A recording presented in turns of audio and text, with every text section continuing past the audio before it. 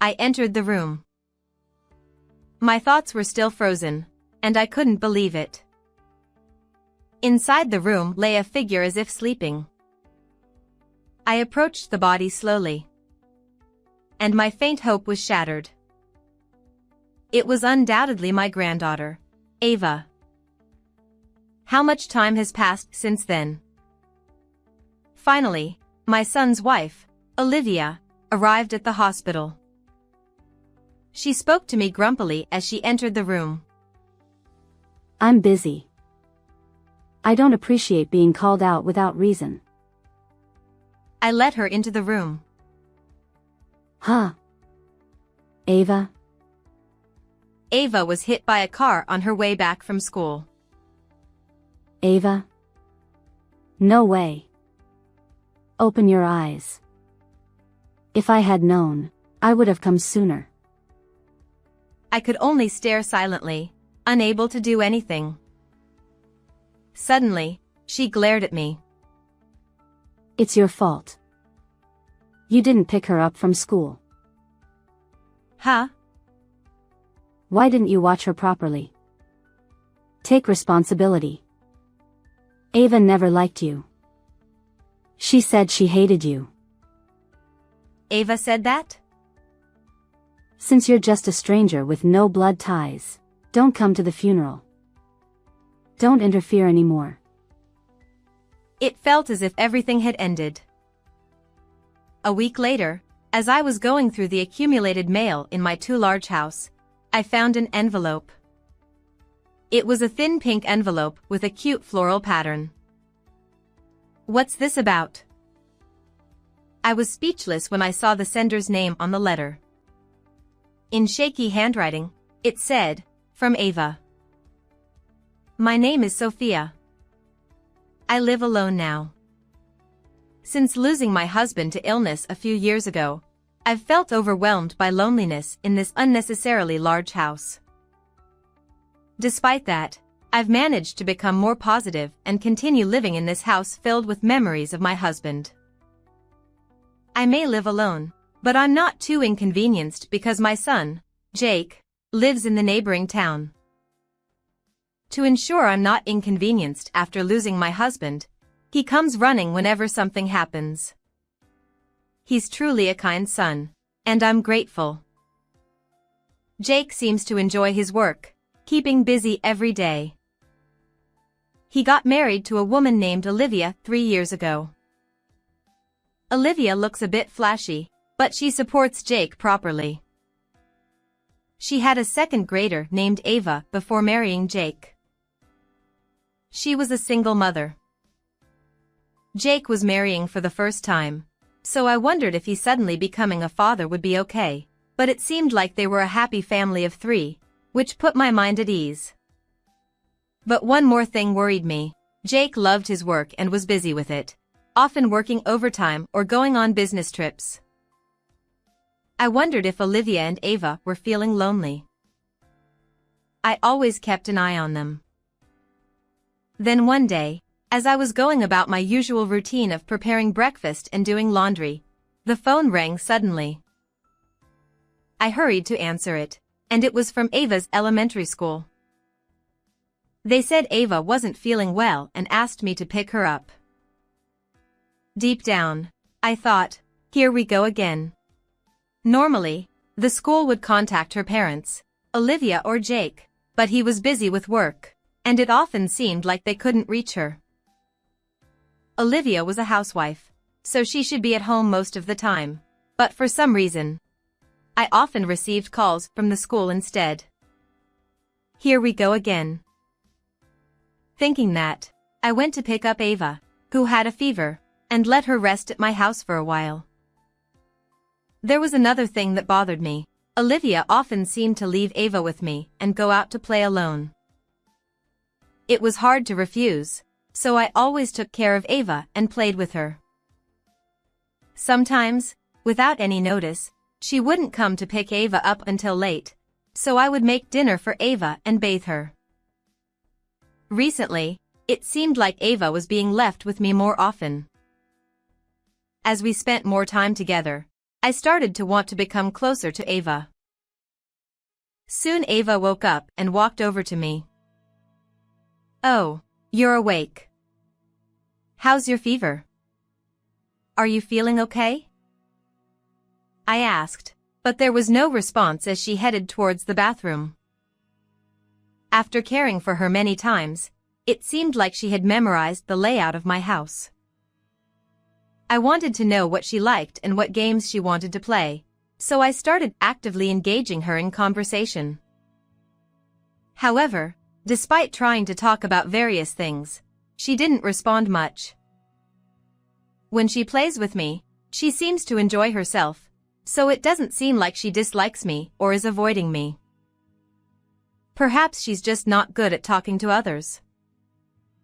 Still, I wanted to somehow become closer to Ava, so when she returned from the bathroom, I tried to ask questions at her. "Hey, Ava, what's your favorite food?" Banana? "Then, what do you enjoy at school?" English? She only responded minimally like this. Getting even a single word in response was rare, and most of the time, the questions ended with silence. I wondered if she was like this at school too. Was she getting along well with her friends? These thoughts continued to worry me. I had other concerns too. She couldn't even do basic greetings like thank you or hello. Even during times like today when I picked her up or took care of her, she never said thank you. During meals, she struggled to use forks and knives properly, and she made a mess. Even when I wiped her mouth, she never said thank you. I wondered what kind of life she had at home. Were Jake and Olivia disciplining her properly? It might be meddling, but I couldn't help but be concerned. Unable to resist my curiosity, one day when Olivia came to drop off Ava, I visited her despite feeling like I was being meddlesome. "Hey, Olivia, about Ava." Yes, what is it? "I think it's important for her to at least greet properly." "Is she too quiet?" What's your point? "I'm sorry if I offended you. I just got a little concerned." Her expression changed rapidly, and she raised her voice. Are you saying I'm a bad parent? You think I need to educate her properly? "No, that's not what I meant." Seemingly upset, Olivia dropped off Ava and left in a huff. I sighed and invited Ava into the house, spending time with her as usual, in silence. Despite the argument, she continued to leave Ava with me. I wondered where she was going so frequently. If I pried too much, we'd likely end up arguing again. Today, Ava didn't speak to me or even make eye contact again. It's not like she dislikes me, but it's starting to wear on my spirits. However, I want to somehow change Ava, so I patiently teach her how to use forks and knives and how to eat neatly, even though she struggles. She's my one and only precious granddaughter, after all. One day, after days like this continued, I received another call from the school. I answered the phone in my usual manner, thinking it was the usual routine, but the teacher's tone was different. Ava was in a traffic accident and has been taken to the hospital. What? Upon hearing the unexpected news from the teacher, I felt like time had stopped. Wasn't Ava just here at my house yesterday as usual? I tried to calm my racing heart and spoke calmly with the teacher. They couldn't reach Olivia again. Jake was also unreachable due to a business trip, so they contacted me. I left home without even properly preparing, eager to get to the hospital as soon as possible.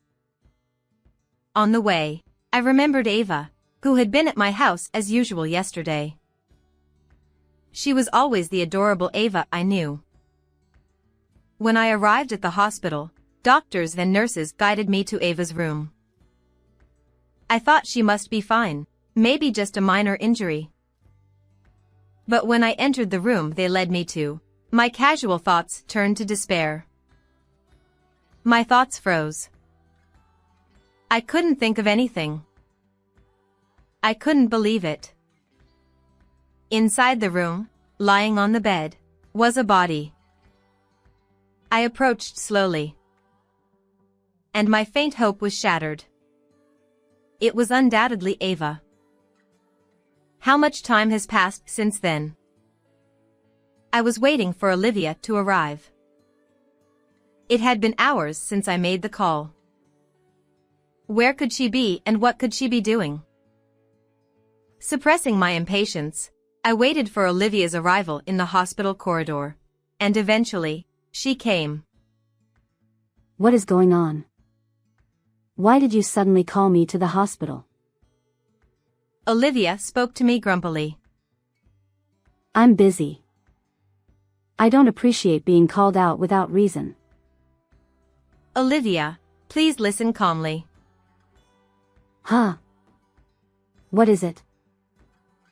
I guided her to the hospital room. Then, I led her to Ava, who would never wake up. Huh? Ava? Her expression stiffened when she saw Ava's face. Ava passed away in an accident. Upon my words, she trembled slightly. Huh? What do you mean? What happened? I heard she was hit by a car on her way back from school. Why? How? Ava. She covered her face and broke down in tears on the spot. Ava, this can't be true. Open your eyes. If I had known, I would have come sooner. I could only stare silently, unable to do anything. Suddenly, she glared at me. It's your fault. You didn't pick her up from school. Huh? Why didn't you watch her properly? Take responsibility. The doctors and nurses tried to calm down Olivia, who was raging, but she wouldn't stop yelling at me. I've never liked you. Ava didn't like you either. She said she hated you. Even Ava said that? Yes. Just go home. Leave quickly. I don't even want to see your face. With her still unsettled, I turned away, unable to do anything, and tried to leave. She shouted at my back. You always meddle in things. You've been making it sound like it's all my fault. Since you're just a stranger unrelated by blood, don't come to the funeral. Don't have anything to do with us anymore. It felt like everything was over. I've been trying my best to make up for what Olivia couldn't do for Ava, facing Ava who wouldn't open up every day. Despite this, she never showed any gratitude towards me and just left Ava with me as if it were expected. So why was I being berated like this? I had been trying my hardest to connect with Ava. But my efforts weren't recognized by Ava or Olivia. It became unbearable to continue.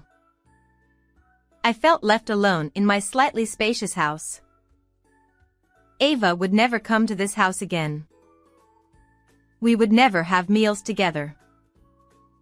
That sense of loneliness from that time resurfaced. The loneliness of losing someone dear. I continued to live in seclusion, grieving.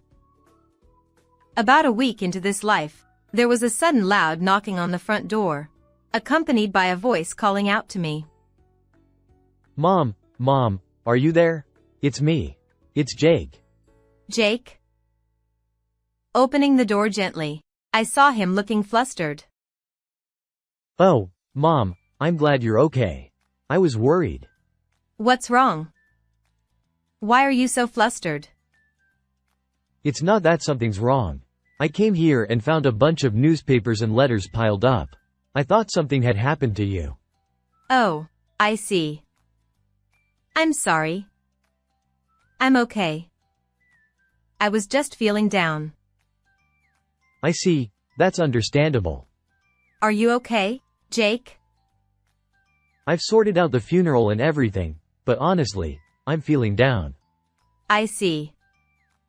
Make sure not to push yourself too hard, Jake. Yeah, thanks. So, is there something you need from me today? He hesitated for a moment before slowly starting to speak.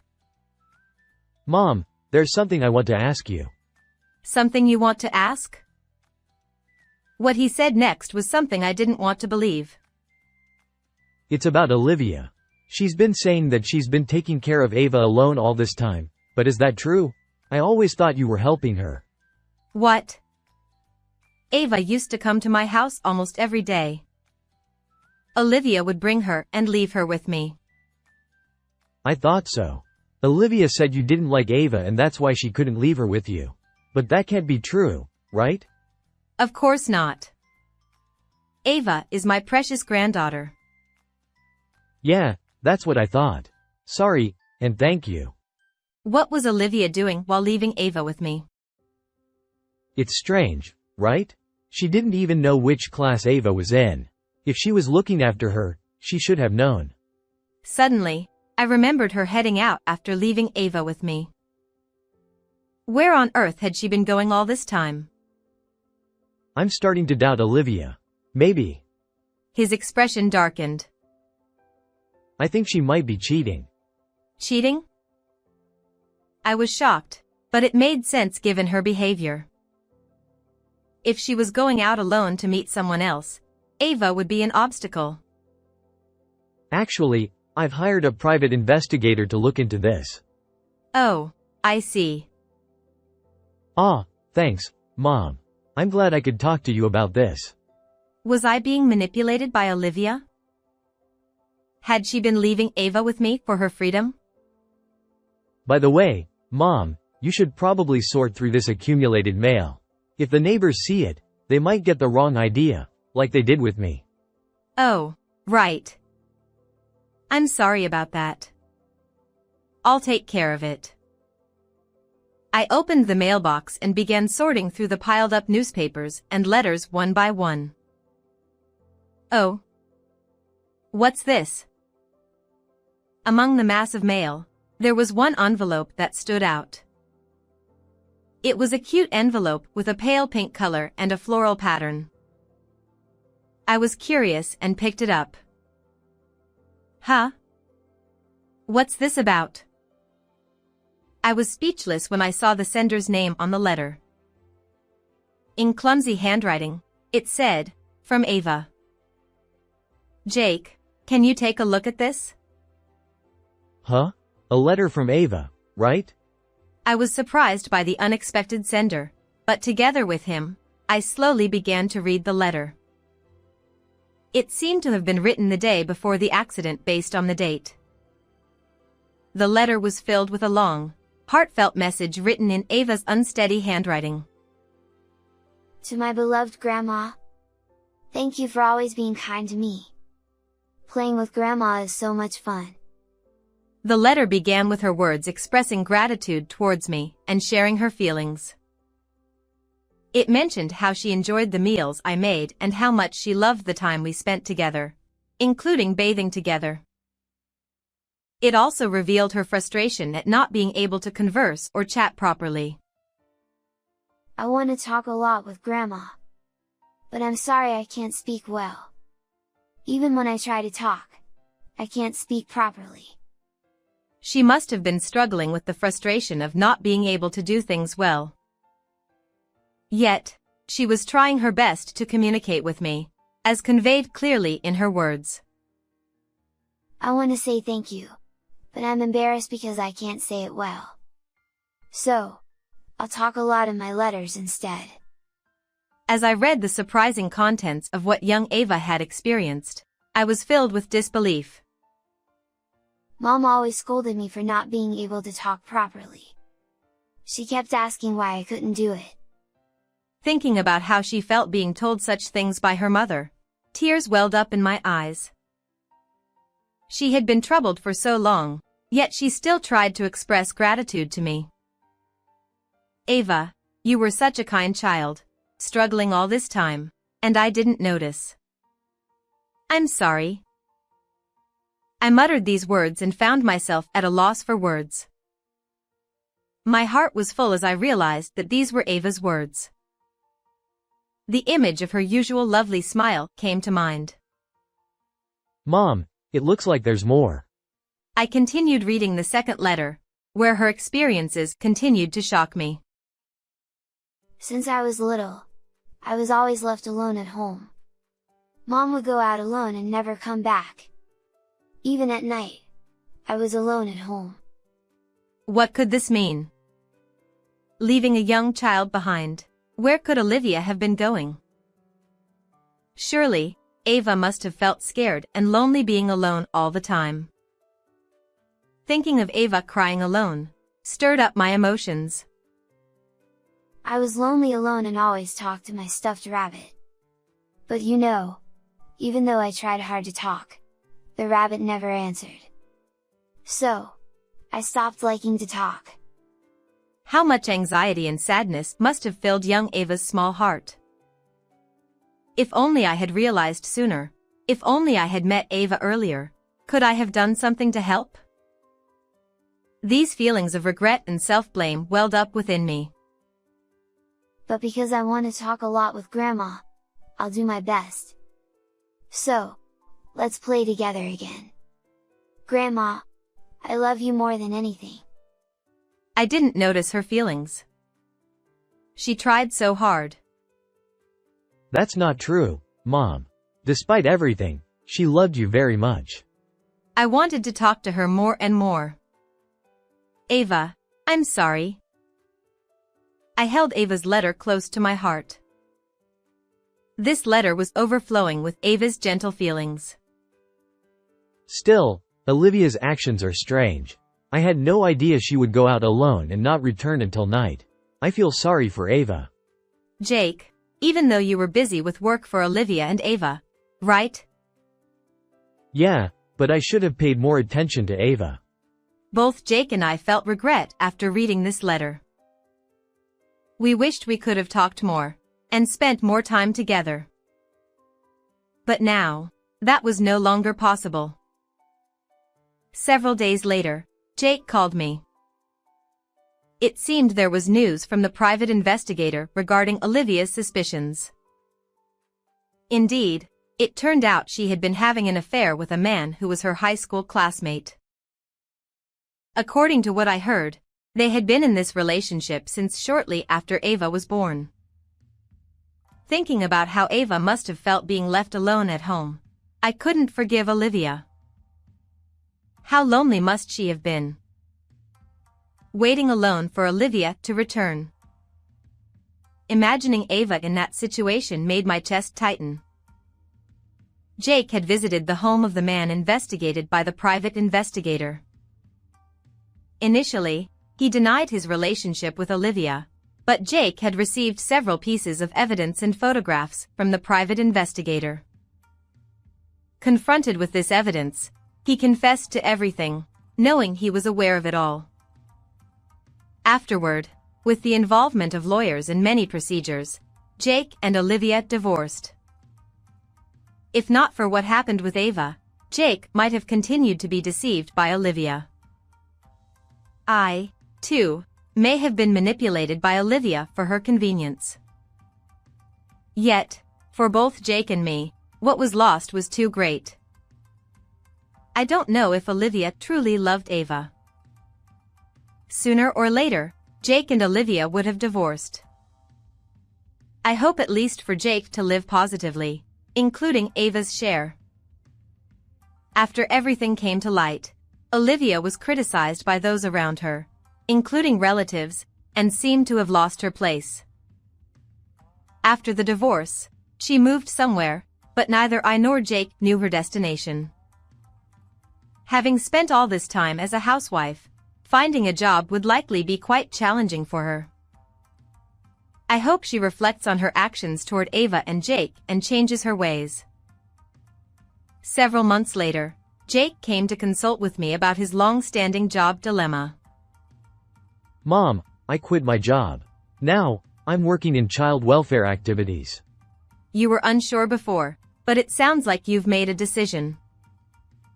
Yeah, honestly, I'm nervous, but I wanted to do this. Well, if it's what you've decided for yourself, I won't say anything. Should I have done this sooner? I was always focused on work. If I had quit earlier, maybe Ava wouldn't have had to go through such tough times. Jake, let's stop dwelling on the past. If you care about Ava, think about how you'll live from now on. You're right. Constant regret won't do any good for Ava. He quit his successful job and started his own company, aiming to help children like Ava who felt lonely. He's involved in activities to rescue children feeling as lonely as Ava. Frankly, compared to his previous job, the income is likely less. Yet, he seems satisfied with his current job where he can properly listen to and connect with each child's feelings. I feel like he's become much brighter and more positive than before, but that's not just my perspective as a mother. Watching him like this encourages me to live positively too. I want to do for these children what I couldn't do for Ava. Maybe I can fulfill my unfulfilled wishes here. Thinking this way, I decided to assist with his activities. Talking to the children every day makes me cherish each one of them.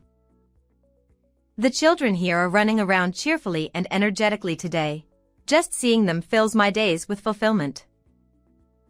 Their smiles are priceless treasures to me, deep in my heart. Until the day I visit Ava, I hope to remain positive. How was this story for you? Please consider subscribing to the channel. See you in the next video.